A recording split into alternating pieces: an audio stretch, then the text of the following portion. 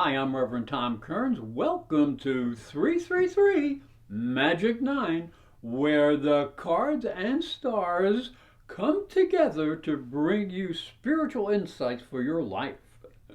You can subscribe and hit the little bell for notifications for when I have new videos. Visit my website for a special introductory offer, internetpsychicreadings.com.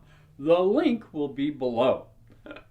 Now, let's take a close look at the power of the stars and the cards.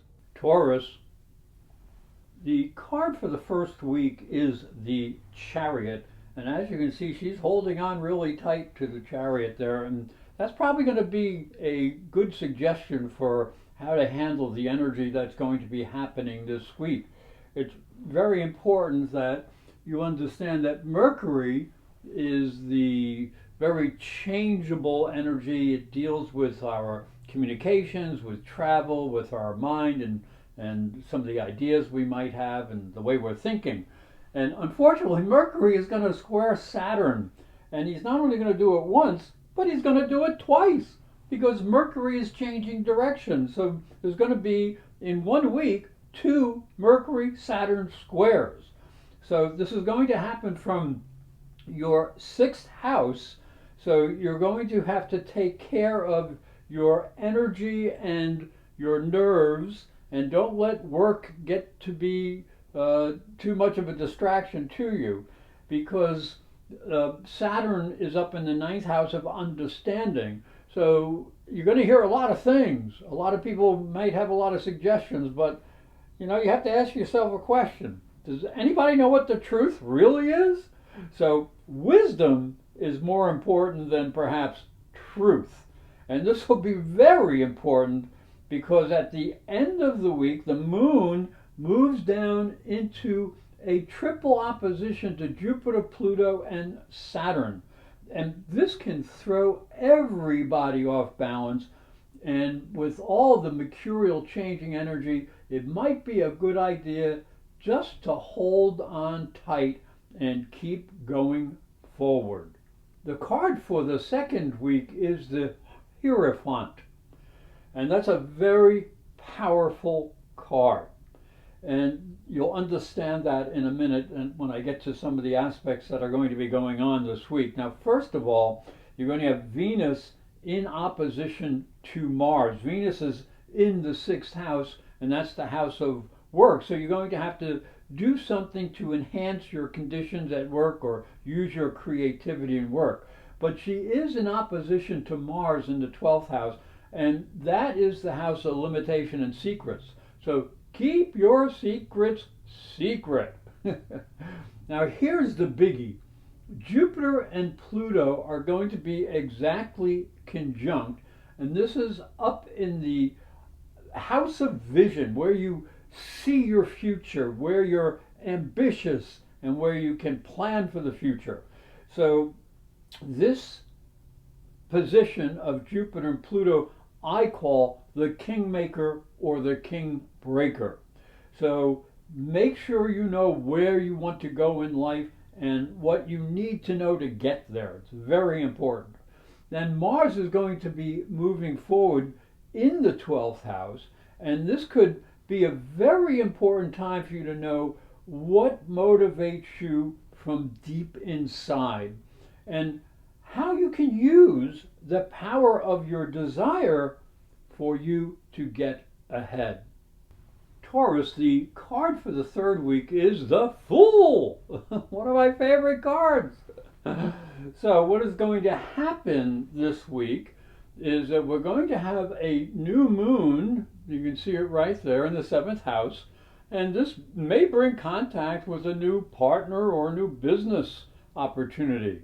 But there is going to be a flood of emotional intensity that may come your way. So be careful, because feelings may be overstated and emotions could be running hot. So what you would like to do with this position is really develop a deep sense of intensity, but be careful how you use it. Now, the reason for that is because Venus in your 6th house of health inspires a sense of needing to feel well and all together. But that's going to be a little bit hard because there is a square from Venus to Pluto, Jupiter, and Saturn, and this can affect your health and your sense of worth, especially when it comes to your job. That's a real important issue with the sixth house. What do you value in your job? And how do you express your value outwardly so other people can see it? So that square up there is really difficult. So just remember that not everything that you hear will be the truth.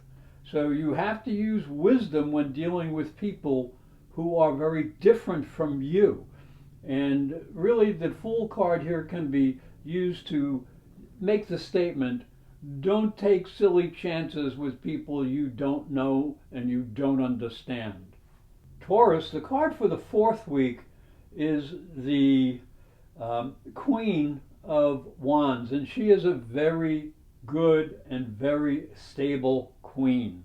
And you may need some of her stability because there is going to be, as you can see, an opposition between Mercury and Uranus, and then Venus will go up and be in that opposition as well later on. So this can energize your partnerships without a doubt, but you're going to have to keep your ability to be clear and cooperate with others as a very important aspect for the week. Now, kindness may win the day, and that is because there's a wonderful trine from Mercury to the Neptune and Moon conjunction over here, and as you can see, Neptune will be going direct. So the opposition of Venus and Uranus can really ask you to be understanding and be helpful, even if you don't want to be. Sometimes you need to be more aware of what your partner needs and wants than what your needs and wants are.